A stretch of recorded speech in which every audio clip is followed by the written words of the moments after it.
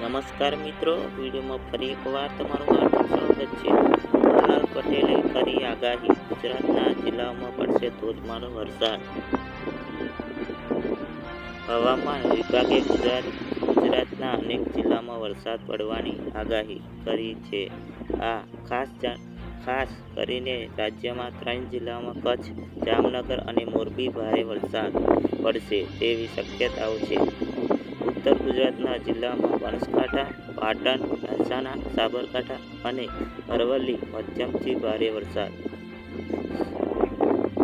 સરોવરનો અંદાજ આ વિસ્તારોમાં ખેડૂત માટે વરસાદનો ઉત્તર સમાચાર છે, કારણ કે આ વિસ્તારોમાં ત્યાં જ મોસમની શરૂઆત થઈ રહી છે। નમસ્કાર મિત્રો, અમારી ચેનલને સબસ્ક્રાઈબ કરી લેજો। ધન્યવાદ।